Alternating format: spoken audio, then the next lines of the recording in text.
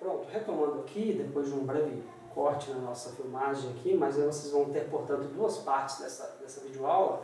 Nós falávamos sobre a taxa de natalidade, né, que é justamente esse cálculo do número de pessoas nascidas a cada grupo de 1.000 habitantes em um determinado lugar. E aí percebam por esse quadro, embora esteja desfocado, que o continente africano ele participa de forma bastante considerável no número ainda de nascidos no planeta. Então as maiores taxas de natalidade no mundo concentram-se basicamente no continente africano, mas também temos aqui o Sudeste Asiático e também alguns países da América Latina, como aqueles que acrescenta-se cada vez mais o número de pessoas na escala planetária de habitantes do mundo. Já a taxa de mortalidade é justamente o oposto, né? Você pega um grupo de 1.000 pessoas em um dado período de tempo e calcula quantas pessoas vieram a óbito naquele período, né? E aí obtém-se, portanto, a taxa de mortalidade.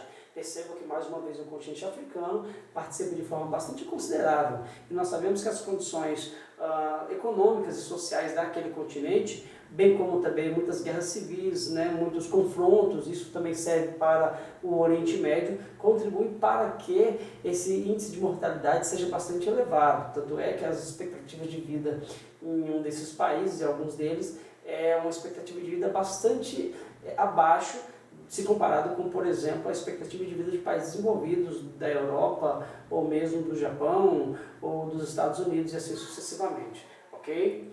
E a taxa de mortalidade infantil, ela distingue da taxa de mortalidade comum, porque ela leva em consideração os óbitos de pessoas nascidas a partir do 0 a 1 ano de vida. Ou seja, calcula-se o número de óbitos dos bebês que lamentavelmente morrem antes de completarem 1 ano de vida, o que é um dado alarmante. Em alguns lugares do mundo ainda se tem elevadas taxas de mortalidade infantil. O Brasil, inclusive, já participou de forma muito triste, algumas décadas atrás, dessas estatísticas, mas alguns fatores contribuíram para que a taxa de mortalidade infantil no nosso país sofresse uma queda brusca. Que bom, muito em função, por exemplo, da universalização das vacinas e da melhoria nas condições médico-sanitárias em algumas situações, tá certo? Mas nós temos países em que a mortalidade infantil ainda é bastante elevada e mais uma vez reportamos ao continente africano quando se percebe um número bastante elevado de crianças que morrem, infelizmente, antes de completarem 1 ano de vida, pelas mais diversas situações, especialmente por conta de doenças virais, entre outros aspectos. E a taxa de crescimento natural é aquele balanço, acabei de falar anteriormente, né, no vídeo anterior, é aquele resultado entre a mortalidade e a natalidade, tem-se a taxa de crescimento natural ou crescimento vegetativo, que é exatamente a mesma coisa, tá bom?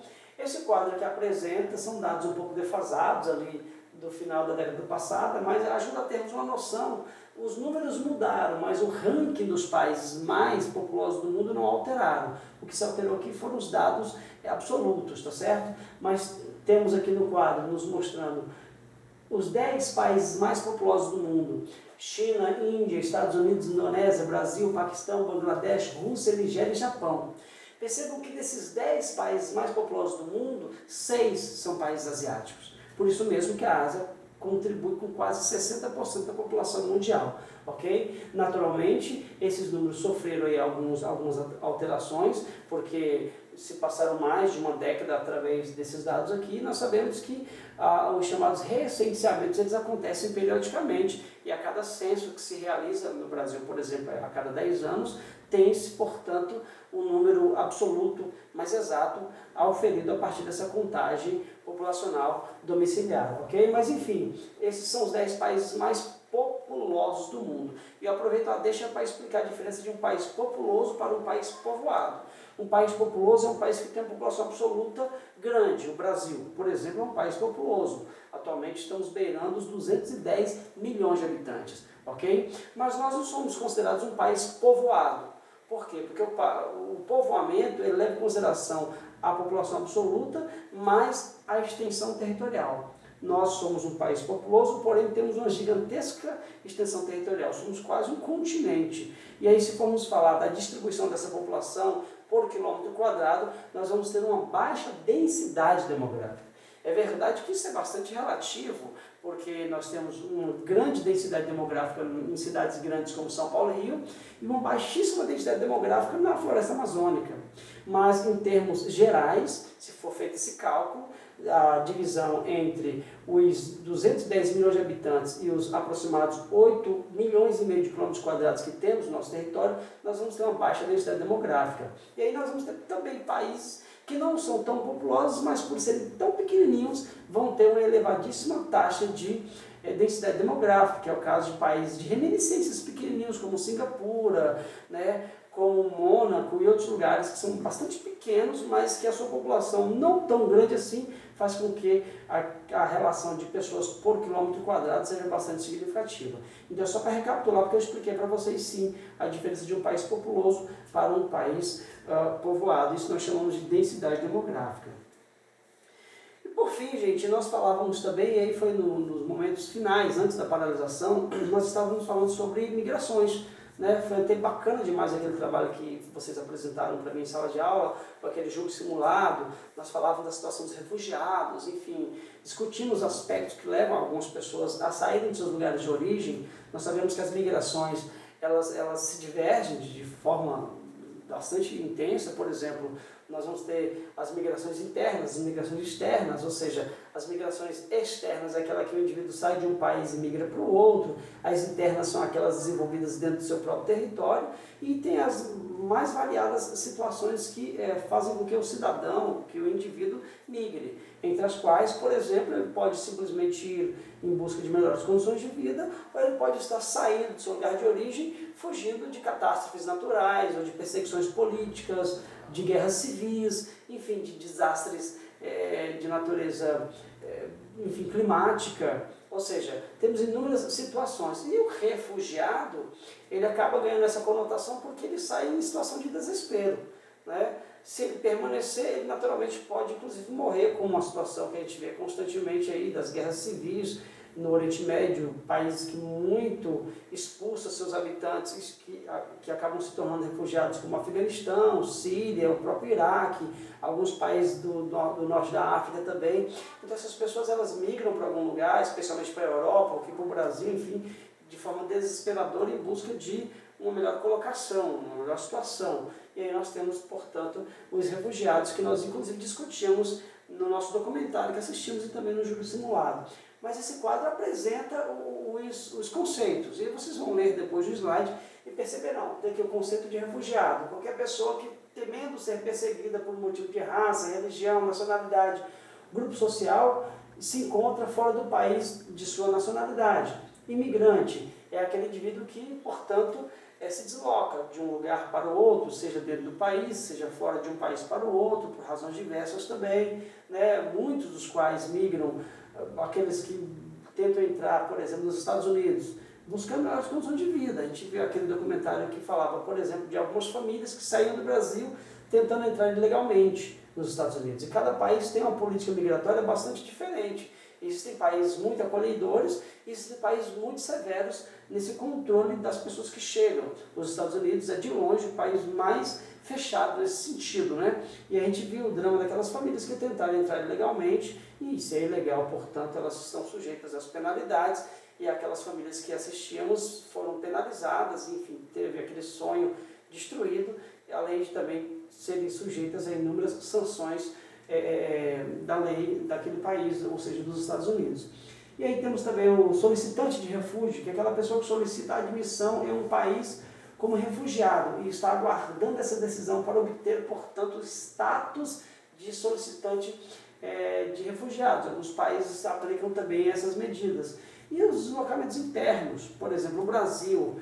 E aí no ano passado, quando vocês eram sétimo ano, vocês vão se recordar que nós fizemos uma atividade bem bacana sobre as migrações internas.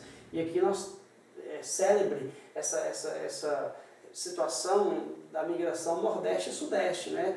Esse eixo migratório que durante décadas foi muito intenso, as pessoas saindo do Nordeste em busca de colocação no mercado de trabalho, fugindo da estiagem, fugindo das condições precárias econômicas de algumas cidades ou de alguns estados da região Nordeste, e que migraram para o Sudeste e contribuíram decisivamente para a construção daquelas cidades, daquelas grandes cidades do sudeste brasileiro, São Paulo, Rio, etc.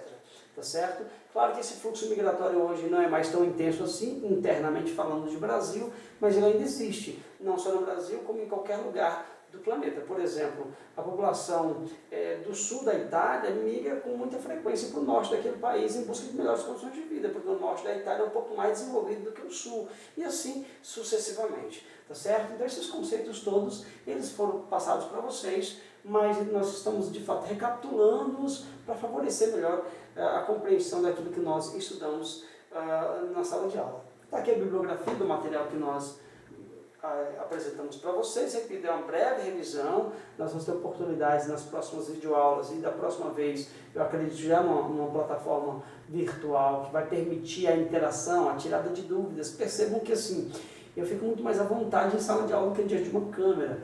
Então, naturalmente, tendo a interação com vocês, nós vamos desenvolver um pouco melhor essa discussão e vocês certamente vão estar contribuindo muito, como vocês sempre fizeram no oitavo ano da Escola SESC de Vitória da Conquista, com a nossa aula de Geografia. Só para realmente coroar esse momento, eu sugiro que vocês façam em casa e na próxima aula, na próxima videoaula, apresentem para a correção as questões da página 34 do livro de vocês. Questão 1, 2, 3 e 4 apenas. Podem copiar as perguntas e escrever também as respostas no caderno de vocês. Lá na página 34, da questão 1 até a questão 4. Tá certo? Galera, dito isso, eu agradeço aí pela atenção de vocês. Espero que vocês assistam cuidadosamente, atentamente esse vídeo. Teçam os seus comentários, elaborem as suas discussões, enfim, para o nosso próximo encontro.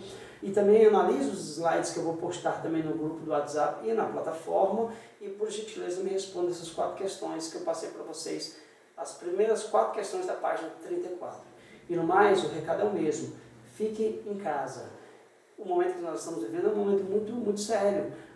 Essa Covid-19, essa epidemia toda, essa pandemia toda, ela é muito séria, muito nociva, e ela só vai recuar com a nossa atitude, que é muito importante, que é a do isolamento social. Tá bom? Se proteja, lave bem as mãos, utilize o álcool em gel, evite contato e muitas aglomerações, porque tudo isso vai passar e logo nós estaremos juntos, se Deus quiser. Tá bom? Fique com Deus, um excelente fim de semana para vocês e até o nosso próximo encontro.